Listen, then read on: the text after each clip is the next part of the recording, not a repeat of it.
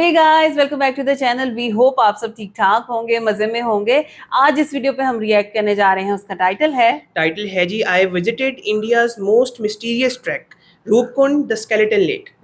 अच्छा, हमें वैसे इस तरह की वीडियोस बहुत अच्छी लगती हैं और जब भी हमने मिस्टीरियस प्लेसेस ऑफ इंडिया के बारे में रिसर्च की या कुछ वीडियोस देखी, इस जगह का नाम जरूर वहां पे मौजूद था। लेकिन सिर्फ नाम ही मौजूद होता है, जो रहस्य हैं, जो क्वेश्चंस हैं, उनके आंसर्स नहीं होते नहीं बिल्कुल भी। होते। तो मेरा ख्याल है आज कुछ मिस्ट्री शायद सॉल्व हो जाए और हमें हमारे आंसर्स मिल जाएं। तो मेरा ख्याल है जल्दी से चल के पहले वीडियो देखते हैं, उसके बाद करते हैं डिस्कशन। चलें, इससे पहले अपनी वीडियो को स्टार्ट करें। चैनल पे नए तो प्लीज सब्सक्राइब कर लें और बेल आइकन प्रेस करना बिल्कुल मत भूलिएगा। हम चलते हैं अपनी वीडियो की तरफ और आप देख रहे हैं एमसी रिएक्शन।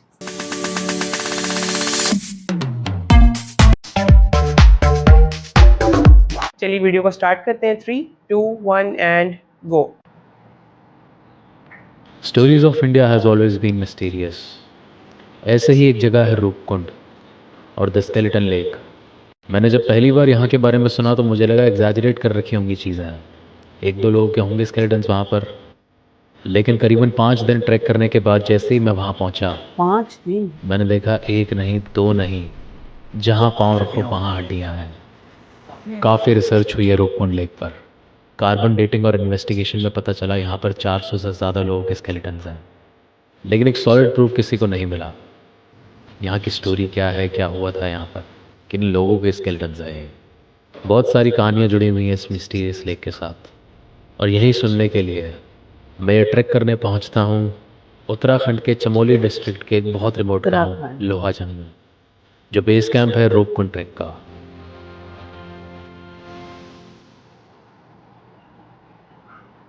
अब लोहाजंग पहुंचते ही मेरे दिमाग में एक मूवी की स्क्रिप्ट शुरू हो गई थी कि अभी कुछ ना कुछ सुपरनैचुरल होना स्टार्ट होगा, लेकिन ऐसा नहीं था। बहुत प्यारा गाँव भाई।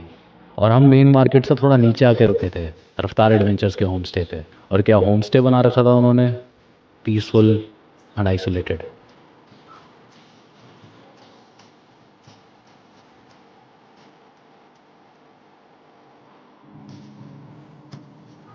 तो आपका नाम क्या है?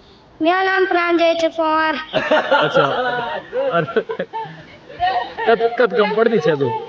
4 माह। मेरा नाम पुष्पा देवी। समस्त भारत की जनता को मेरा नमस्कार। 2004 से मैं सब्जी उत्पादन करती हूँ, अपना घर का अजगा चलाती हूँ।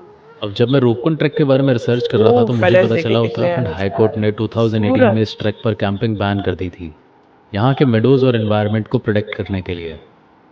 लेकिन लोकल्स के साथ कुछ स्पेसिफिक जगह पर कैंप कर ये ट्रैक करा जा सकता है, और हम ये ट्रैक कर रहे थे रफ्तार एडवेंचर्स के साथ, जो काफ़ी नोन है रूपकुंड ट्रैक करवाने के लिए। तो गाइस ऑल सेट निकलने के लिए अपने रूपकुंड ट्रैक के डे 1 पर। अब यार देखो, ये ट्रैक करने से पहले है ना, मतलब मैंने अभिषेक भाई को बोला कि यार एल्पाइन स्टाइल करें जैसे हमटा पास करा था। इन्होंने समझाया कि यार ये ट्रैक जो है ना, ये इजी टू मॉडरेट नहीं है, मॉडरेट टू डिफिकल्ट नहीं है, ट्रैक डिफिकल्ट है। और इससे पहले जो मैंने हाईएस्ट ट्रैक कर रखा है वो है 4200 मीटर्स का, और ये होने वाला है 5000 प्लस मीटर, और मेरा हाईएस्ट होने वाला है अगर हम ऊपर तक पहुंच गए तो 5000। तो इसलिए हम लोगों ने प्रेफर करा कि यार एक ग्रुप के साथ करते हैं कि अगर कुछ भी चीज़ें होती हैं तो we can easily manage that. यहाँ पे है हमारे साथ एक और ग्रुप। सारे हम कॉलेज फ्रेंड्स थे। ओके। 11 साल पहले पास आउट हुए थे।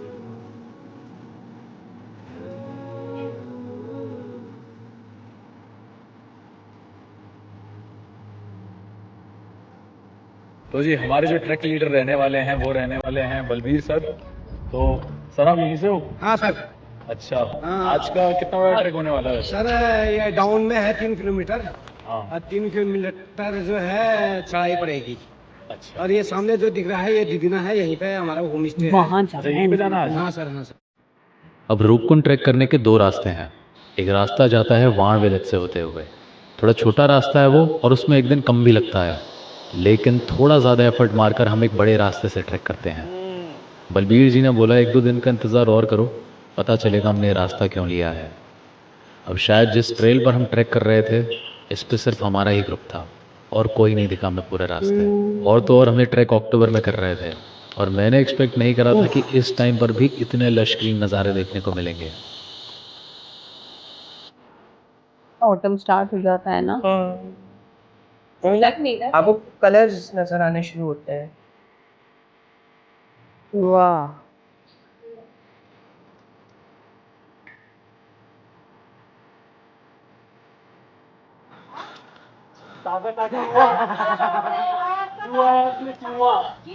दोनों में चूहे का आटा खाना है।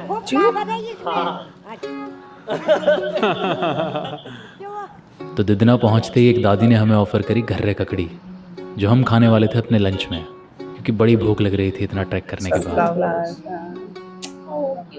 तो जी पहुंच चुके हैं हम अपने आज की पहली कैंप साइट पे, दिदना विलेज। कैंप साइट क्या होम स्टे है, दिदना विलेज। और यार इतना सुंदर विलेज है ना, मतलब आते ही लोगों ने सनफ्लावर की पूरी खेती कर रखी है, आइसोलेटेड है काफ़ी ज़्यादा। मतलब यार ये गांव ऐसा है, यहाँ पे आराम से 4-5 दिन बैठ के वर्क फ्रॉम होम हो सकता है। बहुत बहुत सुंदर गांव है यार। वर्क फ्रॉम होम हो सकता है, तो दैट शोज के यहाँ पे इंटरनेट वगैरह की फैसिलिटी मौजूद होगी। हाँ,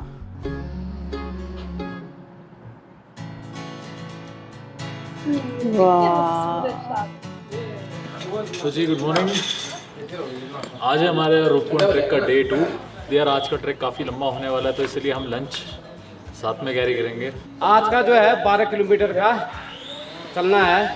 स्लोप में है, वहाँ से ज़्यादा दिक्कत नहीं होगी। यहाँ से थोड़ा कहीं पे चढ़ाई होगी, कहीं पे सीधा भी होगा। अब दिदना वॉज द लास्ट विलेज जहाँ हमें इलेक्ट्रिसिटी मिलने वाली थी, इसलिए हमने अपना camera, power bank, phone, battery सब कुछ चार्ज कर लिया था।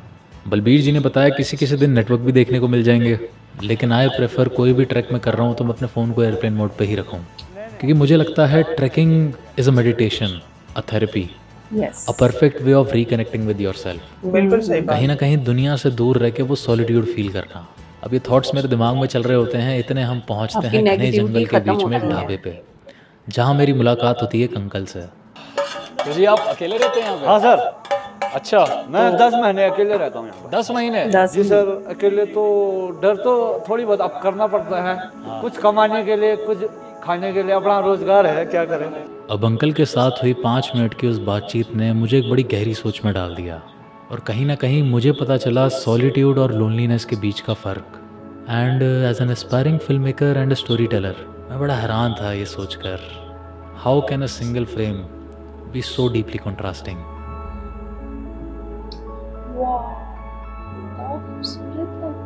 अब आपको जरा ऑटम के रंग भी नजर आ रहे हैं। ज़रा अगर यहाँ पे फॉग आ जाए तो फिर वो स्पूकी स्पूकी हो जाएगा ना।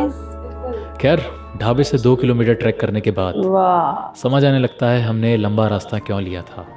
धीरे धीरे इस घने जंगल को पीछे छोड़कर हम अली बुग्याल में एंटर हो रहे थे, और ट्री लाइन क्रॉस करते ही मौसम बदलने लगता है, सब कुछ फॉग में कवर हो जाता है। अच्छा, ऐसा इसी बीच हमें महसूस कुछ आ घोड़ों की गया। आवाज़ आती हाँ, है, जो इस लग रहा है फॉग में कि से ये निकल कर बाहर रूपकुंड आते हैं। लेक को देखने जा रहे हैं। बड़ा अभी ड्रामेटिक तक वो माहौल हो फील गया नहीं था। ना आ रही मिस्ट्री वाली। धीरे धीरे मौसम और ख़राब होने लगता है और हल्की हल्की बूंदाबांदी शुरू हो जाती है, और इसी मौसम में कुछ किलोमीटर और ट्रैक करने के बाद हमें दिखती है फॉरेस्ट की हट्स, जहाँ हमारी कैंप साइट थी।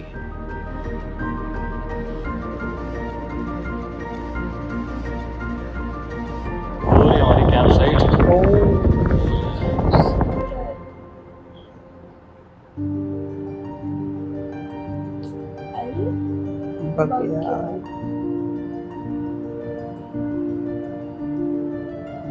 तो मेरे से परमानेंट कैंप साइट है, आप देख रहे हैं शेल्टर्स बने हुए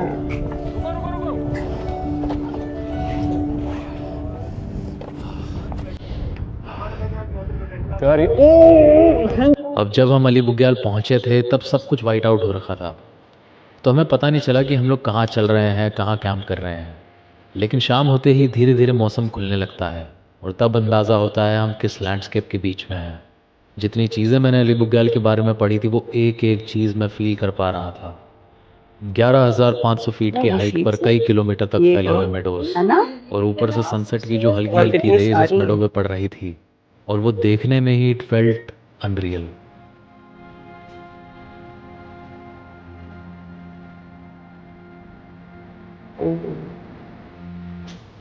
लगेगा तो यहाँ पे घास जैसे सब मैट बिछा हुआ है।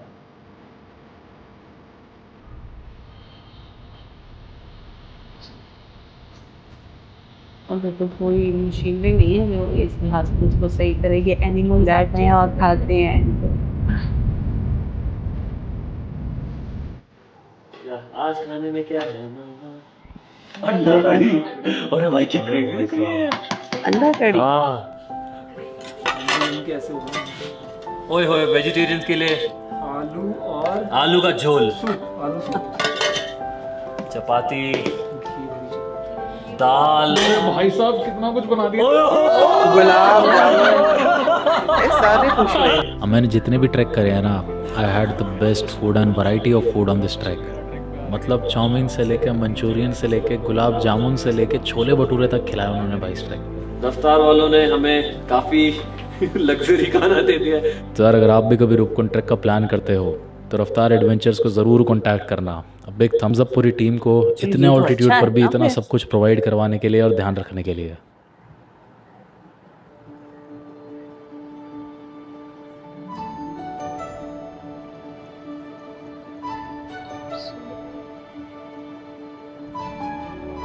ये सुबह की पहली किरणें, ऐसा डिज्नी की मूवीज में होता है ना, वैसा इफेक्ट है। अच्छा, सुबह सुबह ऐसी जगहों पे ये धुआं निकलता हुआ कितना खूबसूरत लग रहा होता है ना। और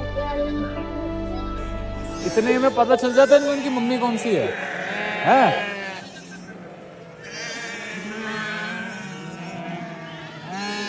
तो आज अली बुग्याल से ट्रैक कर जैसे ही हम थोड़ा सा हाइट पे पहुंचते हैं, हमें दर्शन होते हैं सेक्रेड हिमालयन माउंटेन्स के। फिर हाथी, गौरी। अरे भाई साहब, वो चौखंबा पर्वत है, ये जो बड़े वाला है। ये बादल है बड़ा ना दिख रहा है। अच्छा, और उसके उस तरफ केदारनाथ है। केदारनाथ मंदिर उसके ठीक नीचे है। अच्छा, वहाँ पे। हाँ, और उस तरफ गंगोत्री 1 2 3 भगीरथी पीक सारी उस तरफ। तो आज का ट्रैक ज़्यादा बड़ा नहीं था और आज शुरू होता है कहानियों का सिलसिला। मैं बड़ा उत्सुक था जानने के लिए कि यहाँ के लोग क्या मानते हैं, क्या हुआ था रूपकुंड पर। तो बलबीर जी ने हमें बताया हर 12 सालों में यहाँ पर होती है एक बहुत भव्य यात्रा, नंदा देवी राजजात यात्रा। कई 100 हज़ारों लोग आते हैं इस यात्रा में। और नंदा देवी राजजात यात्रा दशकों से नहीं सदियों से होती हुई आ रही है। तो बात है कुछ 1942 की, जब एक फॉरेस्ट रेंजर पेट्रोलिंग करते करते जैसे ही रूपकुंड पहुँचते हैं, उनकी आंखें विश्वास नहीं कर पाती इतने सारे स्केलेटन्स एक ही जगह पर देखकर। वर्ल्ड वॉर 2 का टाइम चल रहा था, तो उन लोगों को लगा चाइना से कुछ लोग घुसने की कोशिश कर रहे होंगे और बुरे मौसम में वो लोग यहाँ फंस कर मारे गए। 1942 की। काफ़ी सालों बाद जब कार्बन डेटिंग हुई तो पता चला ये स्केलेटन 9th सेंचुरी के आसपास के हैं, 9th century। जिसने सभी को ये सोचने पे मजबूर कर दिया कि कौन लोग थे ये।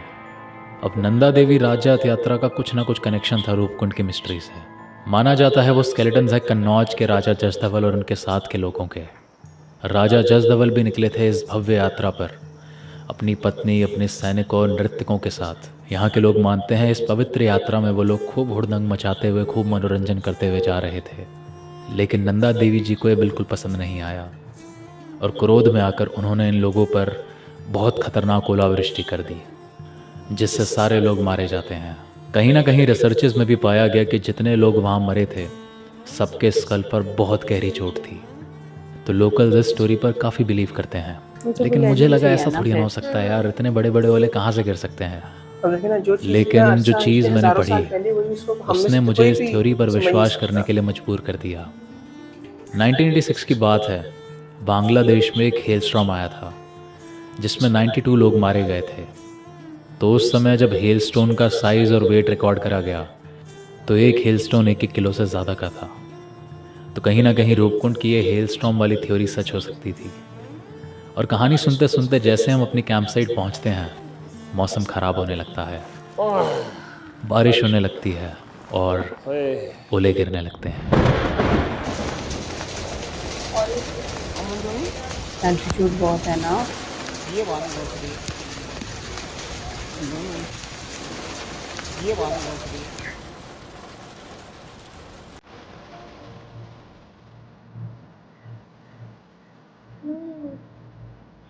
अच्छा, वो अब ऑटम का इफेक्ट ज्यादा हो रहा है तो वो हर चीज येलो गोल्डन से दिखाती है। तो तुम स्टार्ट में कैसे फील नहीं हो रहा, नहीं। वो अब फील आनी शुरू हो गई है।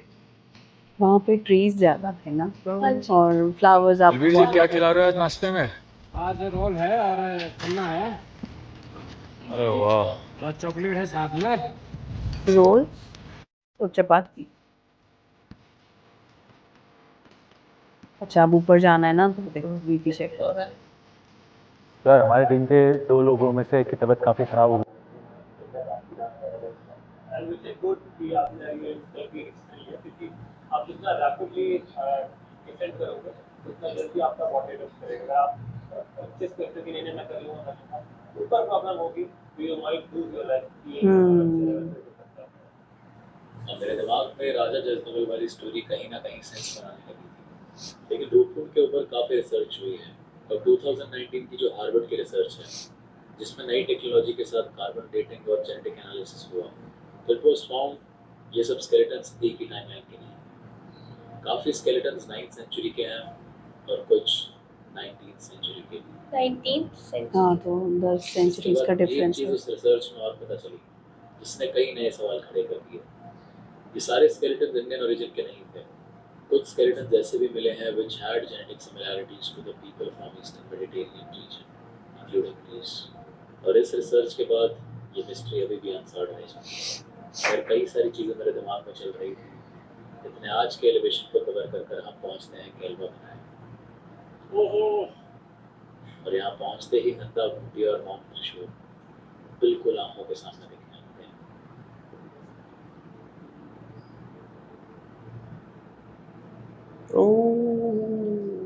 व्यू देखो, Beautiful। ऐसे भी तो वॉल की तरह खड़ा हो। इससे ब्यूटीफुल है, थोड़ा सा थ्रिलिंग भी है। हाँ, अच्छा, ये कोई मेरा ख्याल है आगे जाने से पहले एक छोटा सा टेम्पल सा बनाया हुआ है। सामने वाला तो बिल्कुल ही solid जिन rock ही है। देव खड़ा है ना। यार जब लास्ट टाइम आया था आज से 2 साल पहले तो मैं इस जगह और मैं इस जस्ट स्पॉट से आगे नहीं जाता ये आगे बट मैंने उस टाइम इस जगह पे पहुंच के मिस करा था। वो आइस आनी शुरू होगी ना, बर्फ आपको जगह जगह स्नो नजर आ अभी रही ज्यादा खतरनाक होता है ना इसलिए। और जैसे ही हम अपने रूपकुंड ट्रैक की लास्ट कैंप साइट पे पहुंचते हैं तेज बारिश और ओले गिरना शुरू हो जाते हैं।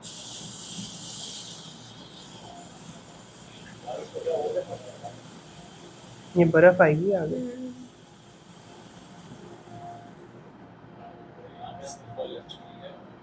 मेरे सामने मेरे पीछे यहाँ पे स्नोफॉल हो रही है और ये रहा कॉम्बो एक बन गया। वो जबरदस्त। Beautiful।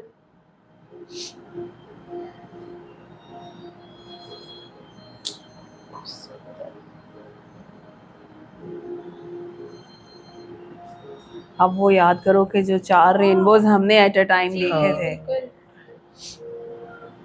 वो भी तो क्या सीन था मम्मा, पूरा कितना खूबसूरत लग रहा है ना।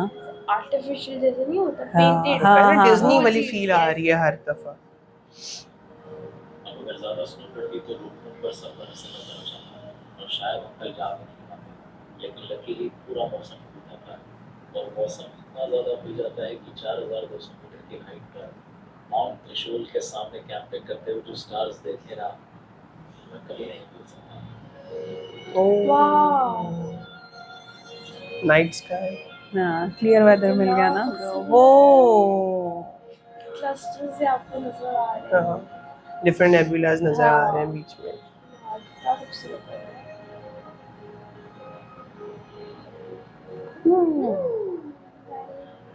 ये आपको शहरों में रह के नहीं चीजें नजर आ सकती हैं बिल्कुल भी। क्लीन से क्लीन वेदर भी हो तब भी नहीं हम देख सकते। रात को तो रात को मुश्किल से 1 घंटे की नींद के बाद आज हम 4200 मीटर से 5000 मीटर जाने वाले थे।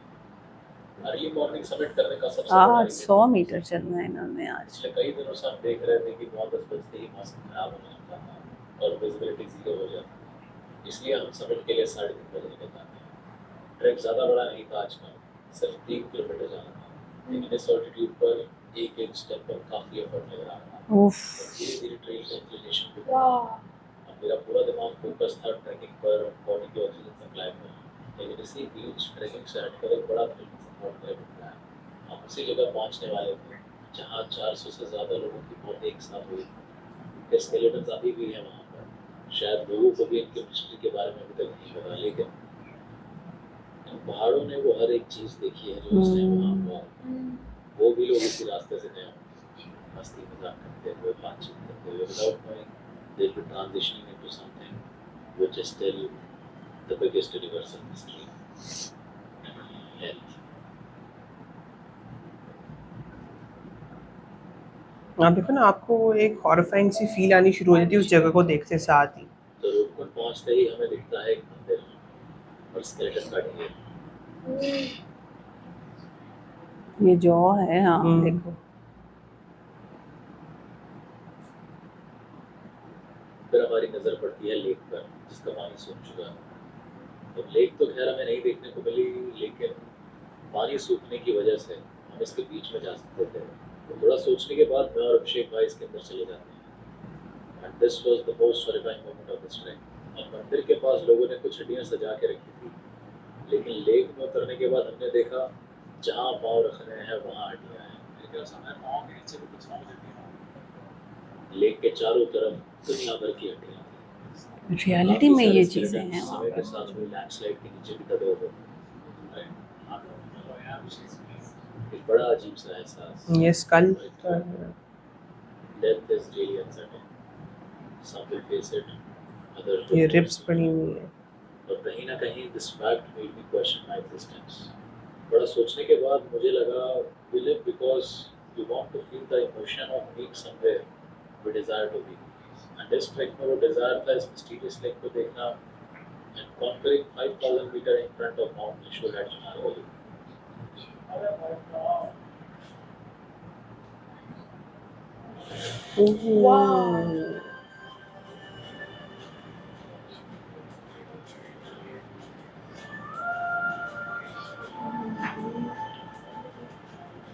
नज़ारा सिर्फ ब्यूटीफुल नहीं है, आपके सामने पूरा एक जिन खड़ा हुआ है।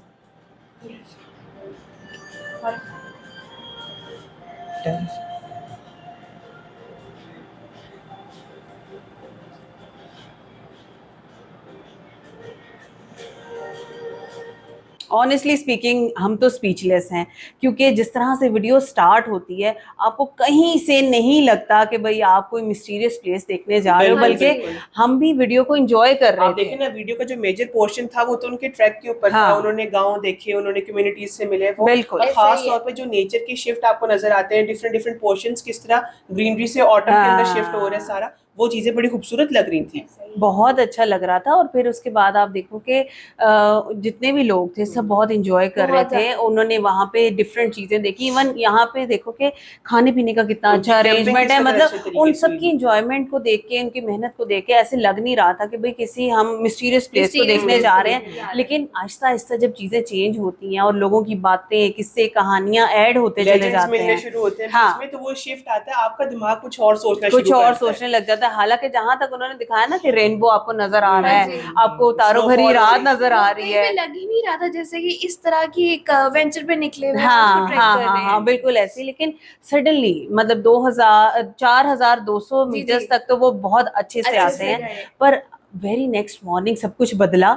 और किस तरह से वो सारी चीजें चेंज जब होती वो हैं, मंदिर से आगे निकले तो आगे एकदम से निकलते हैं। सीनरीज बिल्कुल चेंज हो हाँ गई। बिल्कुल, मतलब हरियाली सारी खत्म खत्म हो गई ना, होके और फिर वो स्नोफॉल आ गई। हाँ जी। और उसके बाद आपको जितनी भी माउंटेन्स नजर आ रही थी जी, वो जी। सब स्नो से स्नो ढकी हुई से थी। ढकी हुई थी। और वो आहिस्ता आहिस्ता वो वहशत जो है ना, वो वाकई वो आपको फील होनी शुरू हो और जाती आप है। देखेंगे जब वहाँ पे पहुंचते हैं तो जो चीजें अभी तक सिर्फ सुनी हुई थी, जब वो हकीकत में बदलती हाँ। हैं तो किस कदर वो एक टेरिफाइंग मोमेंट बनता हाँ, है। क्योंकि बिल्कुल। उन्होंने कहा ना सिर्फ जो वो एक मंदिर बना हुआ था वहां पे उन्होंने स्केलेटन्स रखे हुए थे, लेकिन जहाँ पे वो लेक है एक्चुअल में हाँ। वो वहां पे गए अंदर तो भरा हुआ है हर बिल्कुल, जगह हर जगह स्केलेटन्स पे। नजर आ रहे हैं। सो यहाँ पे हमने एक चीज देखी कि ये एक मिस्ट्री तो है, लेकिन वो खुद वहां पे गए देखने के लिए कि भाई ये सिर्फ एक कहानी बनी हुई है कि ऐसी कोई लेक हकीकत है में भी। है, बिल्कुल। ये तो प्रूफ और हो आप गया कि देखिए वहां पे किसी- ये जगह है और वहां पे स्केलेटन्स ही स्केलेटन्स मौजूद हैं। लेकिन स्टिल वो मिस्ट्री वहां पे अभी तक एज इट इज है, क्योंकि लोगों ने किस्से कहानियां तो बना लिए, लेकिन जितनी पुरानी वो बात कर रहे हैं आपको नहीं पता कि वहां पे क्या हुआ होगा आप और देखिए क्या ना नहीं। कि लेजेंड्स को बैक करने के लिए कुछ हद तक रियलिटी और कुछ हद तक साइंस जवाब देती है, लेकिन हाँ। एक शॉर्ट बिल्कुल कंफर्म आंसर कोई भी नहीं दे सकता। नहीं भी दे नहीं दे सकता। सकता मतलब है। कुछ स्केलेटन्स, बल्कि बहुत से स्केलेटन्स उन्होंने बताया कि 9th सेंचुरी के थे और कुछ जो है वो 19th सेंचुरी के थे। सो बड़ा फर्क आ जाता है इस चीज के अंदर। लेकिन बहरहाल जी ये जगह अगर भयानक और मिस्टीरियस है तो उसी तरह का सराउंडिंग में भी आपको वो फील आती है। ऐसी वो एक स्पूकी फील नजर आ रही है हाँ। हमें, हम फील कर सकते हैं उसको। बिल्कुल इसी तरह से है। सो जो मिस्ट्री थी वो आज भी मिस्ट्री है। वीडियो बहुत अच्छी लगी, बहुत डिटेल में उन्होंने सारा ट्रैक दिखाया, हर चीज़ दिखाई, लेकिन बहरहाल जिन चीज़ों के जवाब पहले नहीं थे वो आज भी नहीं है। बिल्कुल। तो ये था हमारा रिएक्शन। आप बताइएगा आपको हमारी वीडियो कैसी लगी, आज का रिएक्शन कैसा लगा। अगर अच्छा लगा हो तो हमारी वीडियो को लाइक और चैनल को सब्सक्राइब करना बिल्कुल मत भूलिएगा। मिलते हैं आपसे अगली वीडियो में, अपना बहुत ख्याल रखिएगा।